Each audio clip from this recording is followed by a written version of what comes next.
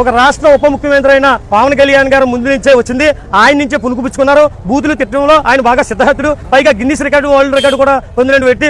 తొక్క తీస్తా, తోలు తీస్తా, తొక్కుపెట్టి నార తీస్తా, ఇలాంటి వ్యాఖ్యలన్నీ ఆయన దగ్గర వచ్చినాయి. పవన్ కళ్యాణ్ గారి కన్నా అంత దారుణంగా ఎవరో అయితే మాట్లాడలేదు. ఏంటి తొక్కు పెట్టి నార తీస్తా, తొక్క తీస్తా, తోలు తీస్తా అంటే బూతులా? ఈ లెక్కనైతే మా హై స్కూల్ ప్రిన్సిపాల్ మాకు చదువు చెప్పిన వాళ్ళు అందరూ జైల్లో ఉండాలి. ఎందుకంటారా, మా తెలుగు సార్ ఒక ఆయన ఉండేవారు. ఆయన అరే రేపు వద్దుని గానీ చదవకుండా వచ్చారో మీ తొక్క తీసేస్తాం సుంటల్లారా, పడవల్లారా అనేవాడు ఆయన. సో ఈ లెక్కన ఆయన కూడా జైలుకి తీసేయాలి. ఏంటి తొక్క తీయడాలు, తోలు తీయడాలు బూతులా? అయ్యి కదరా బూతులు. మీరు అన్నారు కదా సన్ ధర్మం అని, పవన్ కళ్యాణ్ అది ఇలా అని మాట్లాడారు కదా నోట్లో గీట్లు అని. అయ్యిరా బూతులు అంటే. ఈ బూతులు మాట్లాడితే ఎవరైనా తీసేస్తారు, మరి ఎవరైనా వాయించేస్తారు.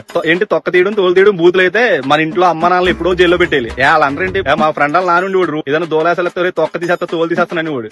సో ఆయన కూడా జైల్లో పెట్టేలా? అంటే తొక్క తీయడాలు, తోలు తీయడాలు బూతులా? అయ్యి కదా బూతులా. మీకు ఒక రోజు వినిపిస్తారా బూతులు అంటే ఏంటో? రక్తాలు వచ్చేస్తే చెవుల్లోంచి. అదేళ్ళు వచ్చేయండి చెప్తాగా. పవన్ కళ్యాణ్ అంటే ముందు జైల్లో పెట్టేయాలంట ఆయన తొక్క తెస్తానందుకు. ఈ లెక్కన మొత్తం ఆంధ్రప్రదేశ్ లో ఉన్న వాళ్ళందరినీ జైల్లో పెట్టేయాలి.